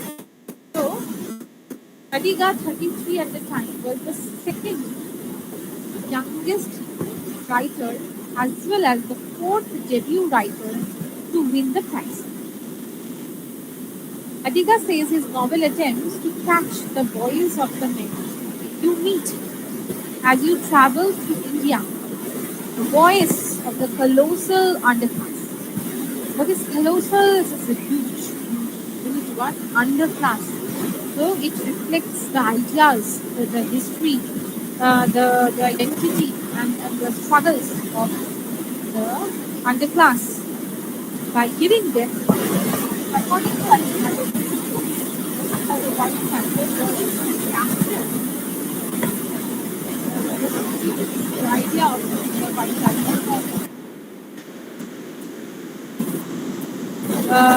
unspoken voice of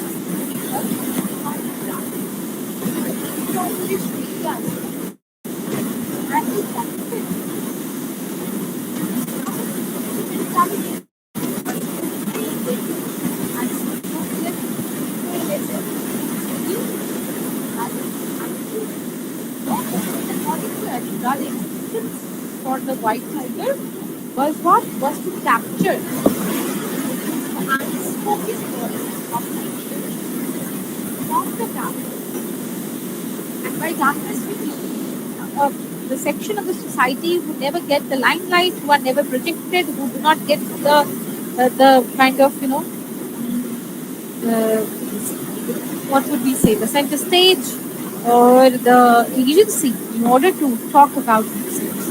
So the white tiger is trying to do what? Or is trying to do what? Capture the unspoken voice of people from the darkness, impoverished areas of the rural India. So yes, where the identities do not get any scope. So the impoverished, wherein the disadvantaged areas of rural or the India which is in the sideline. So it was actually giving and capturing the unspoken voice of these people, and he wanted to kind of do that without sentimentality or portraying them as mirthless, humorless weaklings as they are usually depicted. So he was actually trying to break the traditional way of representing this particular class of Indian society. He has actually breathed, kind of given them a voice and identity and the need to project themselves. So Balram Halwai narrates his life in a letter written in 7 consecutive nights and addressed to the Chinese premier Wen Jiabao. In his letter, Balram explains how he, the son of a rickshaw puller, escaped a life of servitude to become a successful businessman, describing himself as an entrepreneur. So he kind of redefines the idea of entrepreneur and what he would like to define as entrepreneurship. It is his own definition and his way of representing. So he is narrating his life in a letter, and he is kind of showing the drastic change which happened in his life and how he escaped from being the son of a rickshaw puller, that is a life of servitude slowly later on, and then how he became a successful businessman.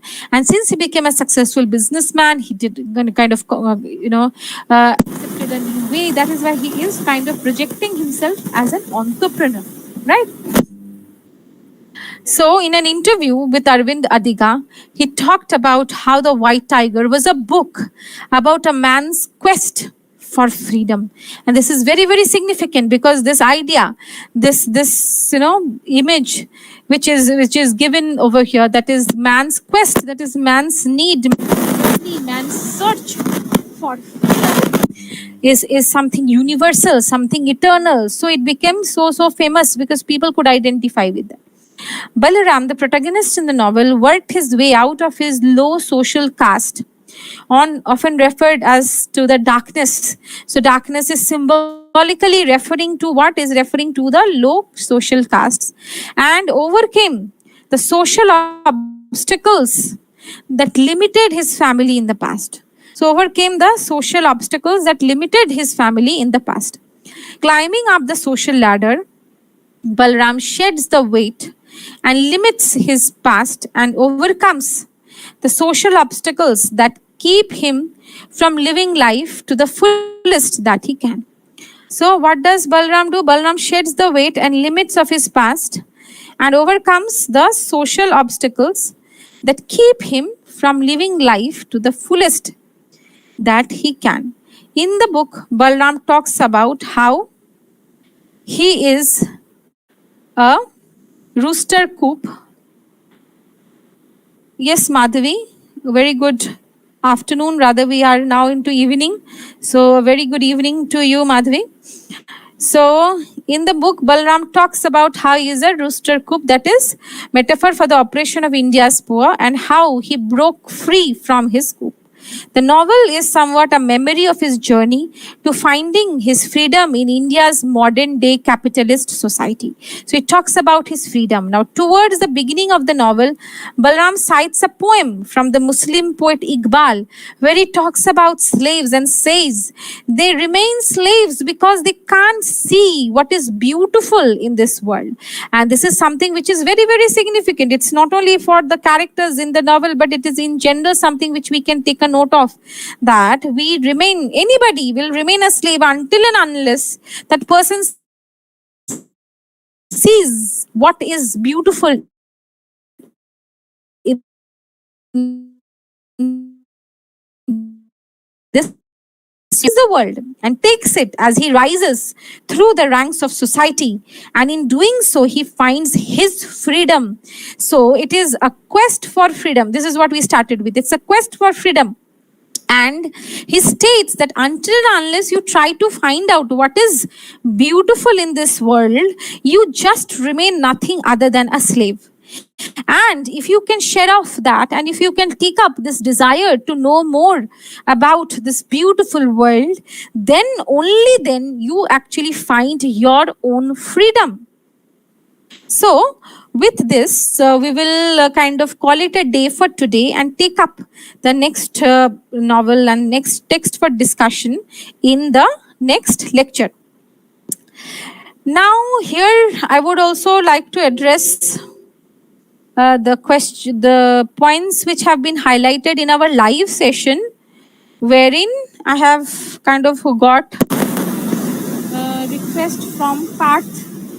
That is, he is saying that, he is from class 10 and he is having failure in one subject and he wants to be motivated.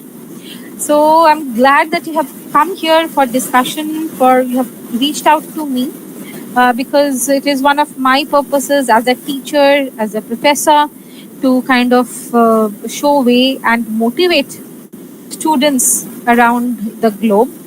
Wherein I have my own channel. You can see the name of the channel, which is Krishna's Canvas. Please be associated with the channel, wherein I have a few audiobooks which you can refer to. However, I would also request you to connect with me, after the session, because motivating is not possible in the session, on this number. So this is my personal number, which is also given on the website in the YouTube. The address is given in YouTube as well. Just below our sessions, YouTube live sessions as they are uploaded. You will also be able to see our descriptions, and hence you can connect with me on my phone number, which is 7757017576. You can also write to me on the mail ID of my channel, which is Krishna's Canvas, @gmail.com. You can write to me if you have any concerns. Next day in the slide, I'll just put up that mail ID also for you for your reference. And I can also see that, you have spoken about your elder brother. I'm not sure if he is actually preparing for UGC NET set, and if he is influenced by the lectures, if he is motivated by the lectures, then it is a very big blessing and a kind of reward for me as a teacher, because I would like to help out as many students as I can through my sessions. And I would like to thank BARTI for organizing these sessions, for providing this platform so that students can connect with us. So BARTI has also given this, provision wherein our numbers are also there. So as Parth had told me that, ma'am, please do not forget, please referred to it. So Parth, I have not forgotten. I've referred to your query, and the query is that if you want to connect with me, you can connect with me after the session through my YouTube channel, which is Krishna's Canvas, when some interesting audio books are there which you can listen to. All of you who are preparing for net set examination, and then when I go to take up the unit of non-fiction, so certain non-fiction texts are also there in that particular audiobook channel, and also some of the significant poems which I have said that when I was teaching you the literary criticism, and I was talking about criticism of Wordsworth, then I have referred to the fact that Wordsworth criticism is and his poetry and his poems. So some of those significant poems are there in my channel as well. So I hope, Parth, this is enough information for you. If anything else, I have already given you the reference of my number, which you can actually refer to while connecting with me. The lecture is still live, so if you have any questions, then you can ask me. If not, then we are done for the day. Have a wonderful evening, and also refer to the points which have been highlighted. So thank you for joining in, all of you, today. Wherever you could actually adjust and join, you have joined. So thank you for doing that. Later on, as you know, that the lecture will be available online on YouTube, in YouTube of BARTI's online channel. So you can visit that and refer to that. So thank you so much. Since I don't see any comments coming up, any questions coming up now, I would call it a day. So thank you, all of you. Reference books. Yes, Sachin, I have told you that I will refer to the reference books entire list in the last session of English in India. So for other units which I have taken up, that is literary theory, refer to the last lecture of literary theory, where you will get the reference books list at the very end of that lecture. Literary criticism, again, you will get the book list in the last lecture of that particular topic, that unit which I have taken up in the last section. Again, when I will wrap up this particular lecture series, the last session of Indian English in India, you will be able to find the book list. However, I would also like to tell you, Sachin, that this, this unit, that is English in India, is a little abstract, or rather most of the, even literary criticism. Now, getting all these topics in one book is very difficult. So you will have to refer to different books and specifically refer to the topics which I am taking up. Those topics you can take up, then the writers whom I am referring to, you can take up, and those writers, the novels which they have written or the plays which they have written, you will have to refer to them. And in today's world, book is there, but in one book you are not going to get everything, as I am saying. So there will be certain important books which you are going to take up as your base study, whose names I am going to share in the last lecture, as I said. So each session, each unit which I am taking up, each topic which I am taking up, the reference books list I am providing the last session, so that after you cover all the points, you get the book list and you can prepare from the book list, refer to my lectures, and also look for them, Google them out, and look for a reliable source from which you can get this reference. So Sachin, don't worry, you will get your reference books list in the last session of English in India, right? Any other questions?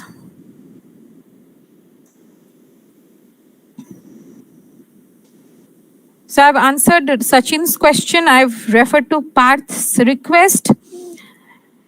So Madhavi, if you are online, if you have anything, any question, you can ask me.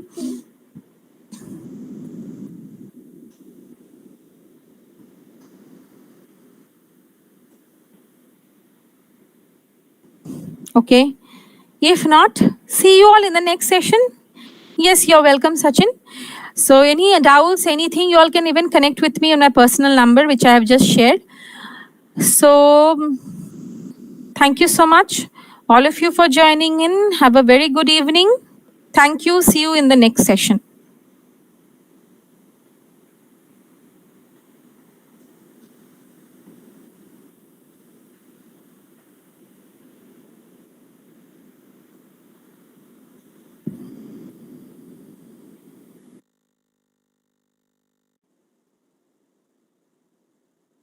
you.